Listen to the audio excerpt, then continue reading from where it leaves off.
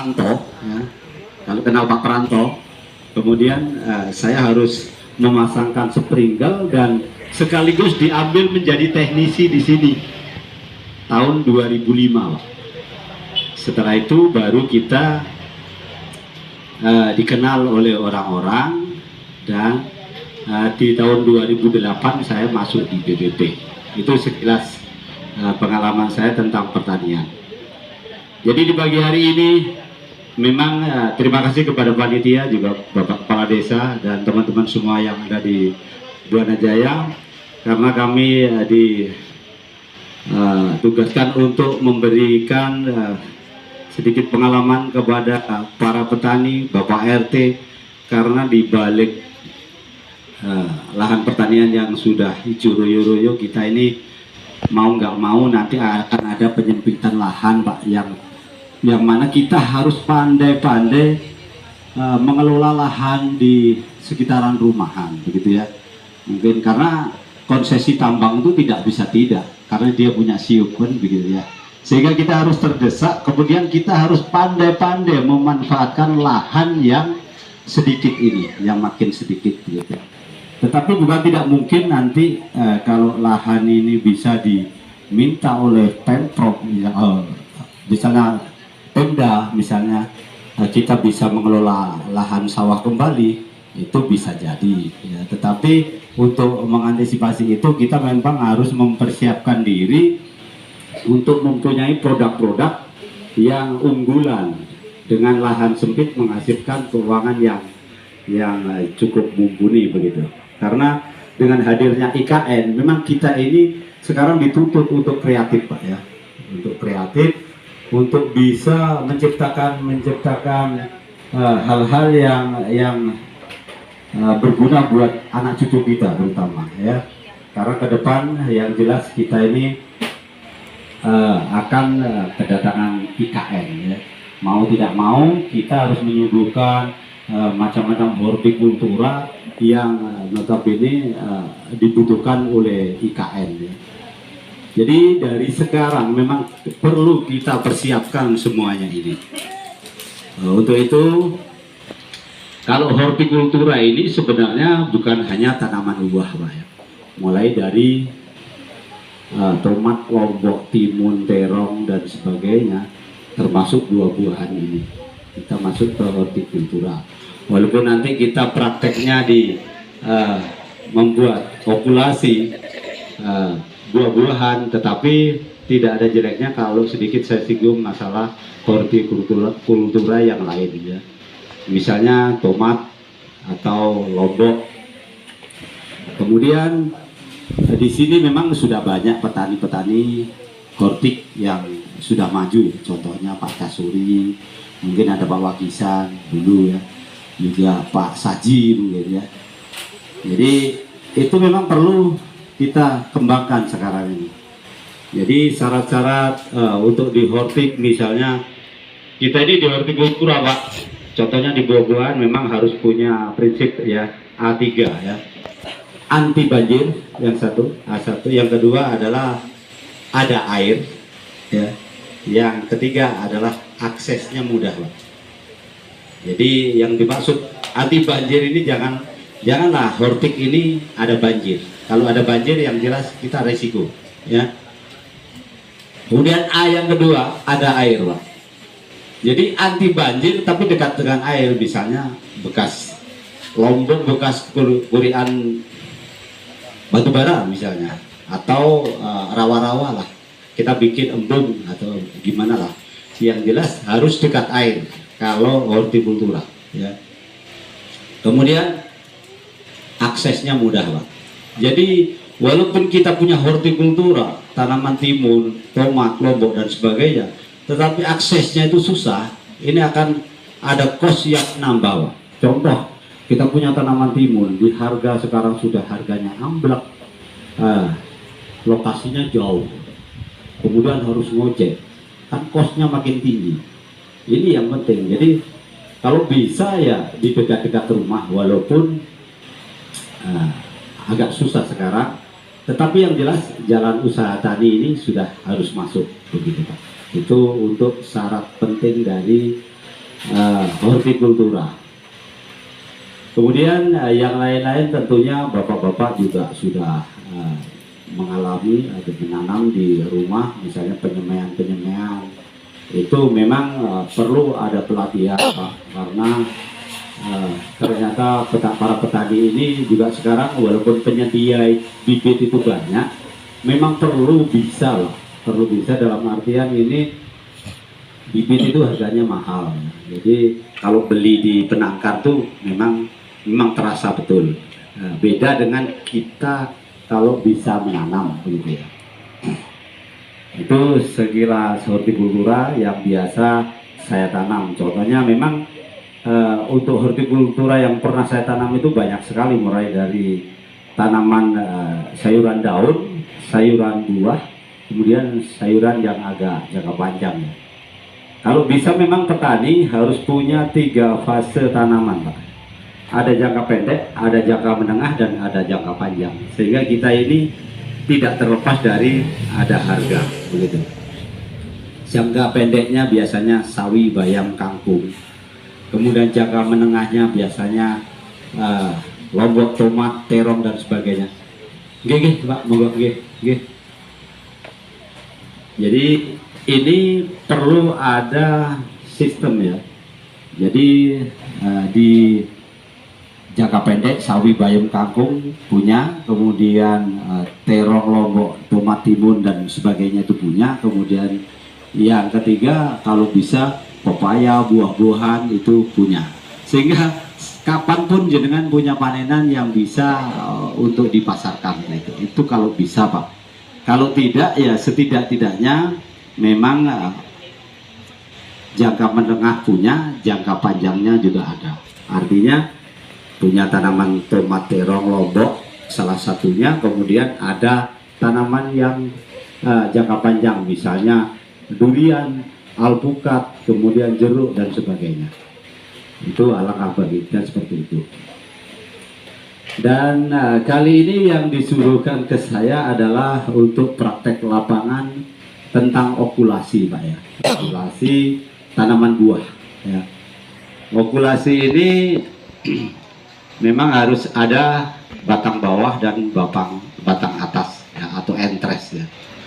Nah, sebelum melangkah ke praktek lapangan perlu kami paparkan, okulasi adalah salah satu teknik pembaikan kualitas tanaman secara vegetatif buatan yang dilakukan dengan menempelkan mata tunas dari tanaman yang unggul ke batang tanaman lainnya.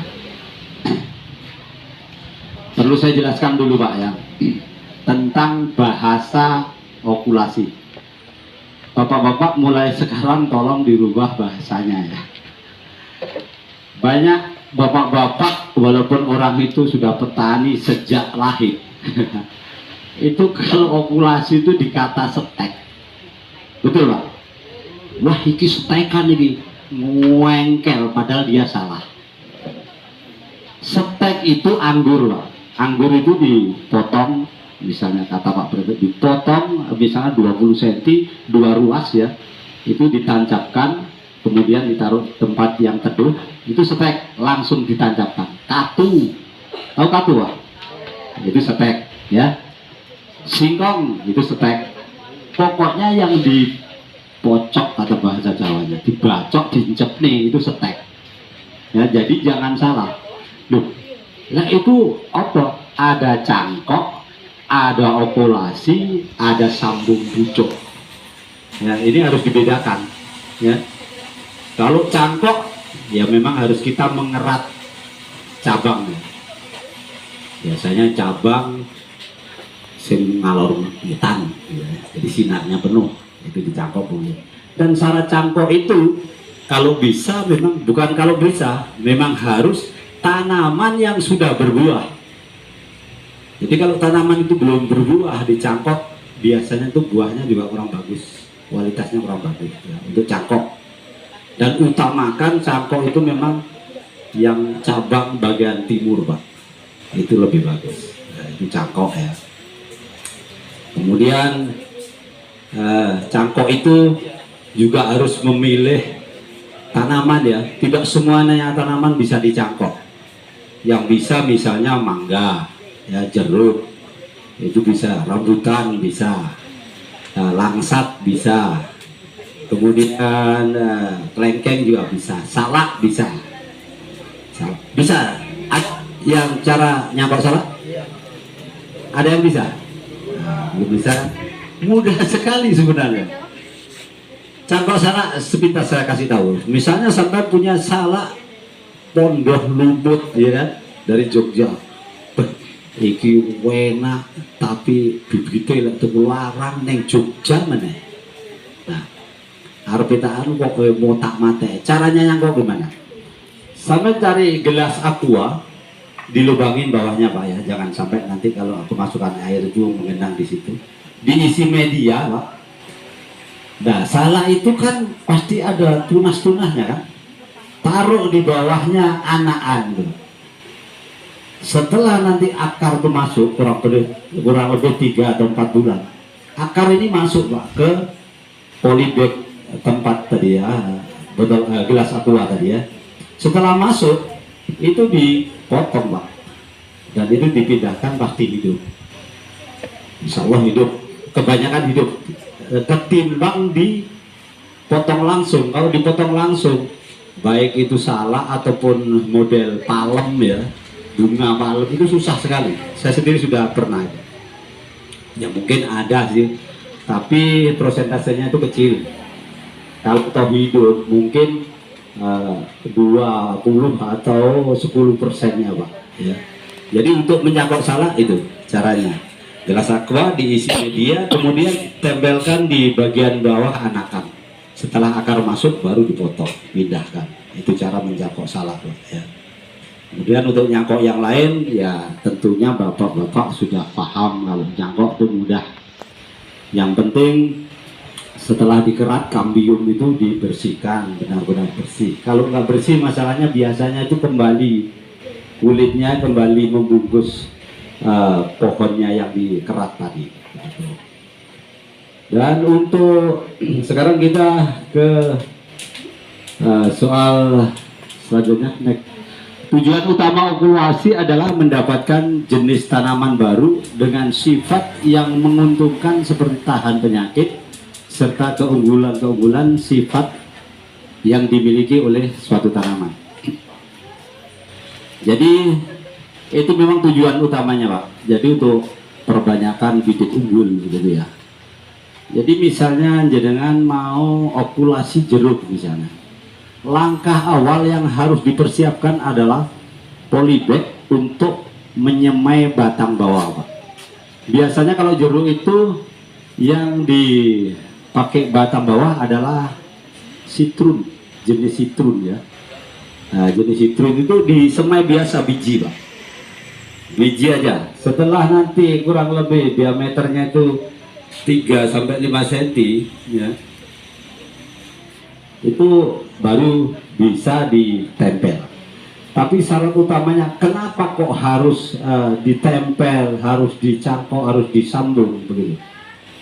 Karena buah itu Pak biasanya kalau ditanam biji itu akan berubah dari induknya ya.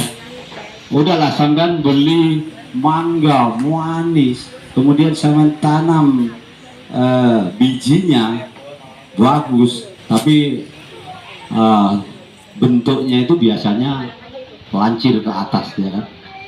Itu buahnya pun berubah, biasanya itu berubah. Jadi itu syaratnya memang. Kalau tanam biji, buah-buahan itu pasti akan berubah dari induknya. Itu baik rasanya, bentuk batangnya. Jadi sangat tidak dianjurkan itu sebenarnya kalau untuk buah unggul. Sehingga kita harus membuat batang bawah tadi untuk disambung dengan tanaman yang lebih bagus. Contohnya, misalnya batang bawah citrun, kemudian batang atasnya, entresnya, itulah adalah biasanya santang madu atau siam atau jeruk-jeruk yang lain misalnya, itu bisa saja. Itu biasanya kalau jeruk ditempel Pak, ditempel okulasi itu, diambil mata tunas dari entres ya, dari batang jeruk santamandu misalnya sudah berbuah, itu diambil entresnya itu, mata tunasnya itu kemudian ditempel ke jeruk sitrun itu ya, ke jeruk sitrun, sehingga karena jeruk sitrun ini perakarannya kuat, buahnya biasanya lebat dan tahan penyakit ya, sehingga dia itu lebih produktif untuk menghasilkan buah Pak. Karena perakarannya itu suka cari makanan gitu ya. Jadi biasanya memang sitrun ini lebat sekali Pak, tapi ya buahnya sitrun memang ya asam sekali gitu, tidak bisa untuk dikonsumsi seperti biasa, kecuali mungkin buat sambal atau buat es gitu ya. Kemudian itu untuk jeruk ya. Next. Tanaman yang dijadikan sebagai okulasi atas harus memiliki ciri-ciri atau sifat-sifat sebagai berikut. Berasal dari pohon yang sehat, terutama bebas dari penyakit yang disebabkan oleh bakteri dan virus. Memang syarat utama itu tanamannya harus sehat Pak. Ya, sehat dalam artian rutinitas penyemprotannya, kalau memang banyak kutunya ya, misalnya kutu putih itu ya jangan lantas kita itu asal ngambil mata tunas. Jadi untuk kutu putih biasanya itu hama itu ya, bukan penyakit itu. Jadi bedakan penyakit dengan hama Pak ya. Kalau penyakit itu yang nggak kelihatan, contohnya bakteri susah dilihat mata, bakteri, jamur dan sebagainya ya, itu penyakit. Tapi kalau hama, belalang, kutu putih, trip, kupu-kupu, kutu kelapar ya, itu hama. Kemudian termasuk ulat dan sebagainya ya, lalat buah ya, itu hama. Jadi penyakit dan hama itu harus dibedakan. Kadang-kadang bapak-bapak juga menyebutnya, ini penyakit tanduran ini kan gitu ya, penyakit itu apa lagi kan gitu ya, padahal itu hama, sebenarnya hama. Jadi bedakan hama dengan penyakit ya. Untuk menyehatkan tanaman dari hama memang tentunya penyemprotannya Pak. Misalnya kita diharuskan untuk bebas dari hama dan penyakit, penyemprotannya kalau jeruk, durian dan misalnya anggur, itu sebenarnya obat-obatannya kalau saya boleh sebut nama merek ya, kalau saya biasa pakai Alika itu untuk kutu putihnya cukup Alika ya, Alika Regen boleh, itu untuk hama. Biasanya memang kutu putih itu setelah menempel di batang atau cabang-cabang percabangan, kemudian di bawah daun, itu memang menyerap pepohonan itu sehingga mengurangi kadar makanan yang ada di dalam ya, sehingga perlu diberantas. Kalau kutu-kutuan itu yang jelas ada obatnya sendiri, misalnya dari Regen, kemudian Alika, Agrimet, kemudian Dimolis, itu kutu-kutuannya obat. Artinya kutu-kutuan itu bukan kutu-kutu buatan, bukan. Kutu-kutuan itu sejenis kutu putih dan sebagainya. Kemudian kalau untuk penyakit Pak ya, untuk penyakit misalnya sampean ini kok batangnya kok leles ya, leles itu biasanya petani ini yang memang belum modern itu bisa kena penyakit itu karena kurangnya ini ya, kurangnya memberikan fungisida atau kalau boleh kita katakan yaitu fungisida itu tidak rutin begitu ya. Jadi petani ini biasanya kalau sudah kena baru kita waduh ini kena apa kan gitu ya. Tetapi kalau petani yang sudah maju, baik itu tanaman sehat ataupun belum kena serangan, itu memang rutinitasnya penyemprotan itu pasti. Jadi diimunisasi Pak istilahnya.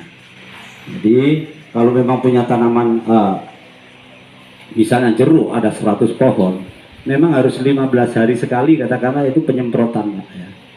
Penyemprotan misalnya fungisida, kalau ada bakterisida dan insektisida. Fungisidanya misalnya ditan, salah satu ya, ditan, antrakol misalnya. Itu pilih salah satu aja, yang murah-murah aja dulu. Ditan, antrakol, kemudian kembali ke regen, kemudian regen bukan fungi. Ini kuproxat, nordok misalnya, itu ya. Jadi itu diikutkan satu, inseknya satu. Misalnya sampean mau pakai regen sama ditan, disemprotkan 15 hari sekali. Insya Allah itu untuk pencegahan penyakit dan untuk penanggulangan hama ya, untuk di tanaman biasa. Kalau sampean pengen ngasih pupuk daun misalnya, pupuk daun cukup gandasil. Kalau masa-masa vegetatif sebelum pembuahan itu biasanya yang warna hijau ya, gandasil D daun. Tapi kalau sudah mulai pembungaan, ada pentilnya, itu gandasil B yang merah lah ya. Itu untuk pupuk daun. Jadi boleh di mix bersama atau dicampur bersama ya. Pupuk daun, kemudian fungisida dan insektisida. Bahkan kalau saya nyemprot itu 4 macam, Pak. Jadi yang pupuk daun, zat perangsang tumbuh, kemudian fungisida dan insektisida. Rutinitasnya harus, itu insya Allah tanaman-tanam bisa sehat, Pak ya. Ini masih insya Allah karena ketentuannya tetap pada yang kuasa kan gitu ya. Tapi kalau dilaksanakan itu bukan tidak mungkin ya, daun akan mulus, hama juga enggak mendekat begitu. Itu tetapi kadang-kadang memang saya sendiri teledor juga ya, karena sibuknya tanaman yang lain, kadang-kadang jeruk pun tidak pernah disemprot begitu ya. Tetapi selalu diawasi, kalau memang sudah membahayakan ya harus disemprot gitu.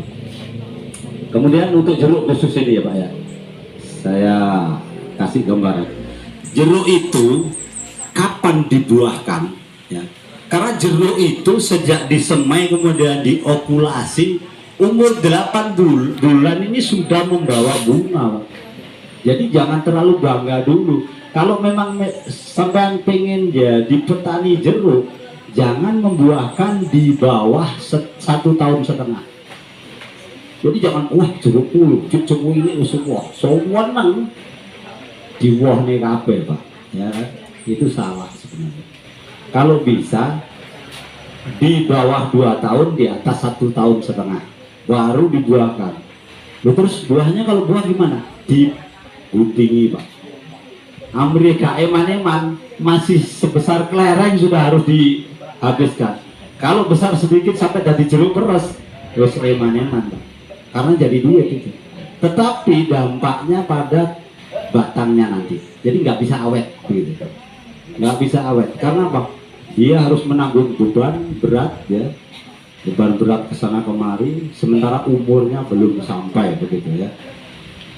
Jadi diingat Pak ya, kalau mungkin tidak semuanya akan petani durian, petani alpukat ya. Yang jelas ada petani jeruk, karena jeruk juga sangat dibutuhkan di Kalimantan ini. Jadi kalau bisa memang kita ya dengan pelatihan ini nanti bisa semai jeruk sendiri, cari jeruk sitrun, kemudian disemai dan diokulasi sendiri begitu. Dan syaratnya memang yaitu jangan sampai membuahkan di bawah 1,5 tahun. Kalau bisa di bawah 2 tahun, atas 1,5 tahun ya. Terus tadi dikeluhkan juga bahwa Bapak ya, mencari bibit sitrun itu susah ya kan. Caranya gimana? Sampean kalau sudah punya pohon jeruk, kemudian yang okulasi sudah ya, kan ada mungkin beberapa petani bawa-bawa punya, itu coba dipelihara di bagian bawahnya, tempel, kan ada tempelannya ya, okulasi. Yang dipelihara kan yang ke atas ini, sementara yang bawah ini harus dirempel. Coba pelihara satu, ini dijadikan sitrun aja, tapi yang atas dibuang. Ini untuk membuat supaya sampean punya buah jeruk sitrun, karena sitrun sangat dibutuhkan bijinya untuk menjadi batang bawah. Saya juga tempo hari itu sudah melihara tapi dipotong sama anak bos. Dipotong jadi nggak jadi besar sudah. Jadi saya juga ada jeruk sekitar 140 batang ya yang sudah sedang berbuah. Tetapi ya memang kemarin sempat kemarau jadi agak kurang buahnya begitu. Kemaraunya cukup panjang gitu ya. Itu untuk jeruk ya. Kemudian kita melangkah selanjutnya nekle. Umur badang tidak terlalu muda dan tidak terlalu tua. Ini tadi untuk entresnya ya, untuk batang atas, untuk tempelnya. Jadi adalah entres itu bibit yang terlalu tua, yang sedang-sedang aja, gitu ya. Jadi terus pengambilan mata tunasnya itu juga yang benar-benar sehat ya. Kalau bisa tuh memang lebih ke cabang yang menghadap ke matahari pagi ya. Itu pengambilan mata tunas itu sebaiknya seperti itu. Nah, jadi memang untuk durian juga seperti itu ya. Durian itu pengambilan mata tunasnya memang harus sudah berbuah terutama ya. Misalnya biji atau batang bawah itu durian melak misalnya, yang durian lokal sini aja. Karena kalau durian lokal itu yang jelas sudah adaptasi sama alam sini. Kalau kita durian dari Jawa kadang-kadang juga nggak mau buah, walaupun itu sudah diopulasi. Contohnya montong, sitokong. Misalnya durian, kan durian jenisnya banyak ya. Perkawinan montong sama sitokong itu ada otong, kemudian ada petruk, ya kan? Banyak sekali itu. Memang otong, ada otong. Jadi sitokong dengan montong itu dinikahkan, dikawinkan, itu jadinya durian otong. Sama cari di Google kalau nggak percaya, itu ada. Bukan main-main nih, ada betul. Jadi itu ya. Kemudian beberapa petani juga ini ada keluhan, durian saya itu udah gede-gede Pak, udah berbunga tapi kok gak gelem nyantol ya, grok terus ya. Pertama ini tambahan aja ini ya, daripada untuk pengalaman. Jadi sesuai dengan durian kepunyaan BPT ya, dulu memang susah sekali berbuah. Perlakuan apa saja memang agak susah berbuah. Tapi kata-kata orang itu, orang tua terutama orang tua dulu itu ada yang mitos, ada yang betul Pak ya. Jadi kadang-kadang mitos, kadang-kadang juga benar-benar terjadi bagus. Contoh pertama kalau yang memang teori itu benar-benar bisa dipraktekkan ya. Kalau durian itu tempatnya itu di daerah lembab-lembab dan pupuknya itu banyak Pak, itu paling suka rontok itu. Karena karbohidrat yang naik ke atas itu terlalu banyak Pak. Terus caranya membuahkan gimana kalau kayak itu? Soalnya tanpa dipupuk pun suburnya luar biasa. Nggih, ada itu. Ada yang nggak berbuah. Itu syarat pertama, dibuacoi Pak. Dari tanah batang itu dibuacoi ngangge kampak Pak. Kulitnya itu kurang lebih 1,5 meter lah segini. Dibuacoi itu biar keluar itu karbohidrat itu, dikurangi. Tapi itu di tahun pertama pun belum tentu buah setelah pembuahan itu. Nah kalau belum buah Pak, terus dibuacoi terus. Atau diikat pakai kawat Pak. Kurang lebih kawatnya sebesar lidi lah ya, itu dirangkap dua, diikat. Setelah diikat, dikurangi itu, insya Allah mau buah. Contohnya di BPT Pak Sadi ya, dulu sebelah kiri kantor tidak mau buah sama sekali. Kemudian ada 5 batang durian di sana itu nggak mau buah sama sekali. Terus saya lukain lah. Batangnya saya lukain mulai dari tanah sampai 1,5 meter ke atas. Terus saya lukain betul.